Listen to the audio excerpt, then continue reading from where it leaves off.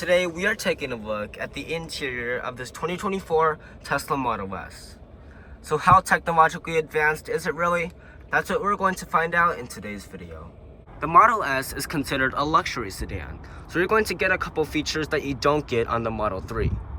Starting out with the door panel, everything will be covered in vegan leather, including the armrest and the portion down below, which is always covered in plastic. You also get some storage, open port wood trim, and aluminum. All of your window controls will be right here, all automatic. You can open your doors by pushing the button, and you will notice that we have double pane frameless windows. Taking a look at the seats, these will be made of some vegan leather that is perforated and heated. You also get 12 ways of power adjusting. Getting inside, you do have to crouch down a little bit. Otherwise, it's pretty easy. And to start it up, make sure the key card is on the left wireless phone charger. You're just going to push your foot on the brake.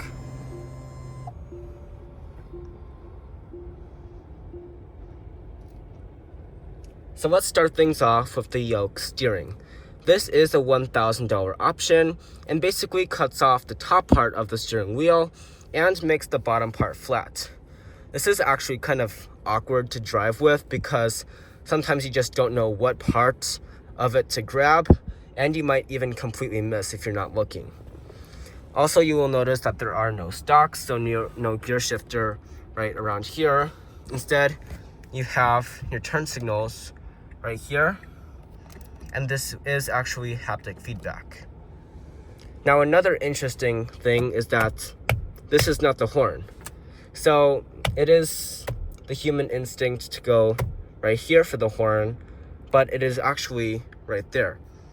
So this is actually very not useful. And if Tesla's trying to be more minimalist by this, like they always try to do, they're not, because there's an extra button right there. Now, for the other things, you're just going to push on that, and that should bring up the wiper menu. You also will have controls right here. This will adjust your mirrors if you go into the screen and find that. Taking a look at the gauge cluster, it will be full digital. You see a bunch of different information like your gear selector, how many lights are on, and the range.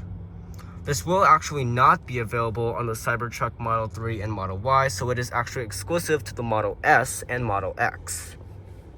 Taking a look at materials and build quality, we have more of that vegan leather across the dashboard, open port wood trim and aluminum, a little bit of Alcantara on the wireless phone chargers, more leatherettes and open port wood trim, and the build quality is actually much better than the Model 3. Now, it looks like this is a misalignment. It actually isn't, because these two align right here, and that's just gonna have to rest on top. Taking a look at storage, you do have two cup holders right here, a little storage area right there. Push that back, you get even more storage.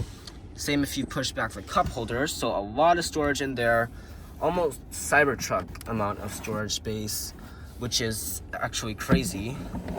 If you just close that up and take a look inside the center console, it is magnetic, and you will have a little bit of space. It is felt lined as usual. All of the console will be finished in open port wood trim, and like I mentioned, build quality has improved a lot better than the Model 3. Why I say that is because I noticed that in the Model 3 there was a little misalignment for the ambient lighting. Now let's take a look at climate control. So you're just going to push on that right there. You can adjust the vents because the vents are, believe it or not, electronic. You also can choose between your heated seats and cooled seats. You also have a heated yoke right there. 2 stages of that. You can also make all of this automatic just by the push of that. So you have your different fan speeds right here. Everything will be done through the screen. However, Tesla makes it very easy to work with. Now, taking a look at the star of this show, the 17-inch screen, it is incredibly responsive.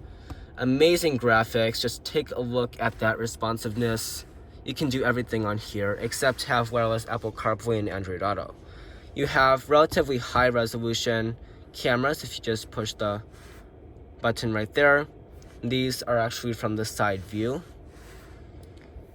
Of course, if you push that, you're going to have your menu of control, so you can adjust the mirrors and steering wheel from there.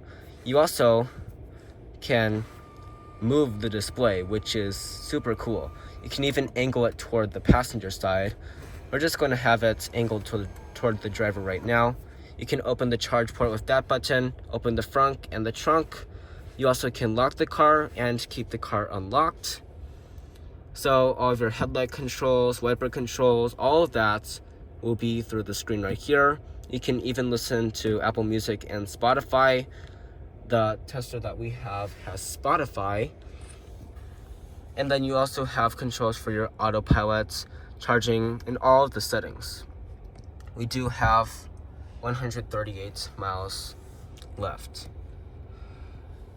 Now, even the gear selector will be electronic, which is crazy. So that will replace the stock right here that was before the refresh. So you're just going to push your foot on the brake, and then you're going to swipe up on the left side of the screen for drive, and then down for reverse, and then you just push the button right there for neutral, and then you press for park.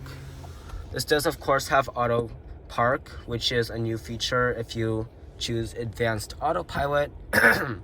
And then you also have a very thin bezel compared to other models.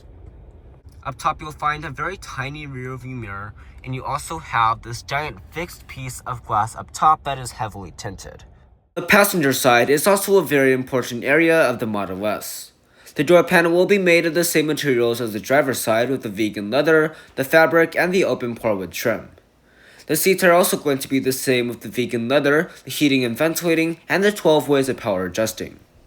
Accessing the cabin might be a little bit challenging for taller people, but I'm sure short people will be okay.